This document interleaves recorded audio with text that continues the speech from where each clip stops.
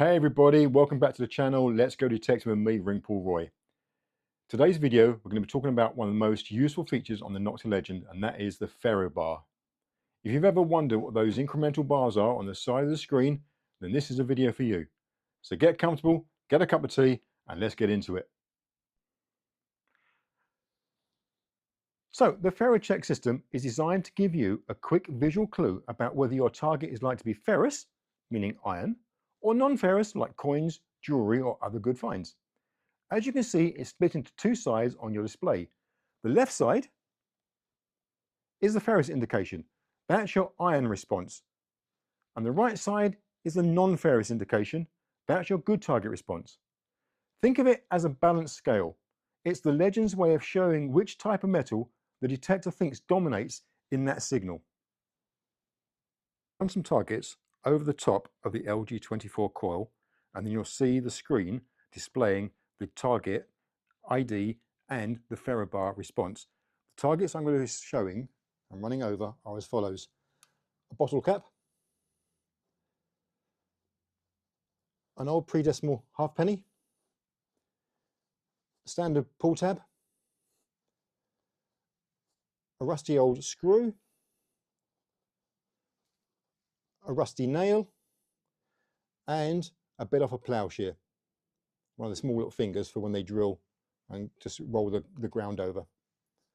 So let's see how these items come across when we run them over the coil. Okay, so we're going to start with the bottle cap. So let's bring that over the coil.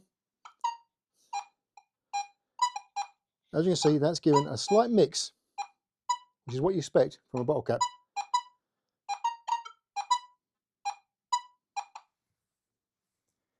Next, we'll run the rusty screw.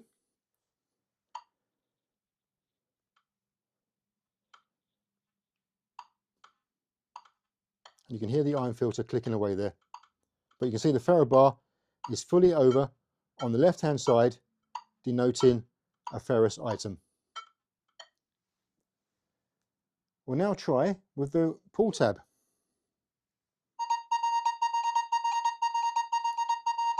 As you see, as expected, interesting signals once you have to pull. But the ferro bar is fully over on the right-hand side, indicating a non-ferrous target. So now we'll do the rusty nail.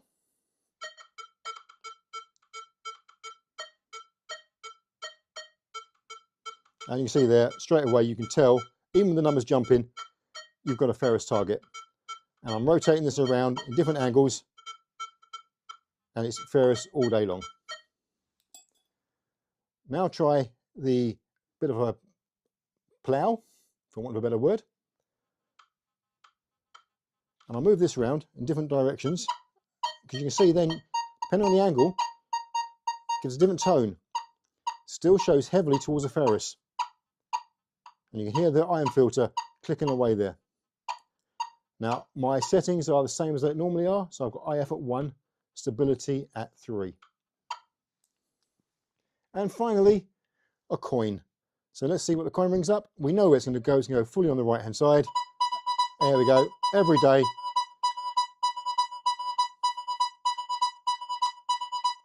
That's a digger. Now, the FerroCheck is a great helper, but it's not the final word. It works best on shallow to medium depth targets and moderately sized items. At deeper depths or with very small targets, the readings can get less reliable or disappear. So always check with the tone, VDI, and how consistent that signal feels when you swing. For example, over the ring pull tab, at a distance, I can hear it, got VDI, but no ferro bar. Come closer.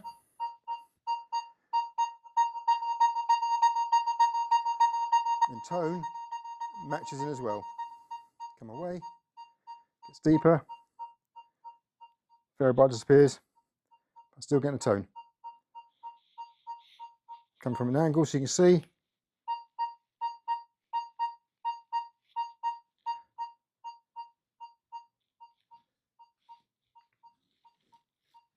And that is why the ferro bar is useful, but you have to understand it. So here we have, next to the coil, two targets in very close proximity. We have the ferrous item, which is the bit of the plough, and the non-ferrous, which is the coin. Now, as I run the coil over these, you'll see the ferro bar identifying there are two targets there of different construct.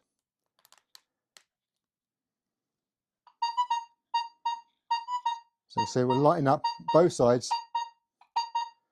So if we hone in on the ferrous target, there we go, and then just move slightly over, and we're fully over on the non-ferrous. These items are only literally 2 centimeters apart, and that shows you how great separation of the LG24 is. Few quick FerroCheck tips.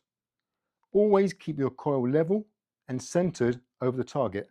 Off-center sweeps can cause misleading readings. Now, it's very hard to do that indoors, but just to give you an idea, you can, sometimes it will just hunt it a little bit. There we go, just gently disappearing. So keep it over and level and attack it from all different angles for consistency. Use it alongside your audio. If you get a nice mid to high tone and the right bar is dominant, as we see here, it's worth digging. If the bars are flicking equally, left and right, and the tone's broken, it's likely iron nearby or it's masking the good stuff. And that's when you learn through experience how to interpret the display that the ferro bar is showing you. So that's the FerroCheck, a brilliant visual aid to help you decide whether to dig or move on from a target. It's not magic, but once you learn how to read it with your tones and VDI, it becomes one of your best friends in the field. Is it unique to the Nokta Legend? No. The XB-Deus 2 and the Manticore also have similar visual aids, but their price point's up here, and the Legend comes in down here. So for bang for buck, you can't go wrong with the Legend. And usefully, and also good news, this is getting carried over into the Legend 2 as well. So if you found this helpful, give it a thumbs up, and don't forget to subscribe for more Nokta Legend tips, beach hunts, field hunts, and gear reviews right here on Let's Go Detecting. Until next time, sweepers and beepers, if you're out and about hunting, keep safe and good luck.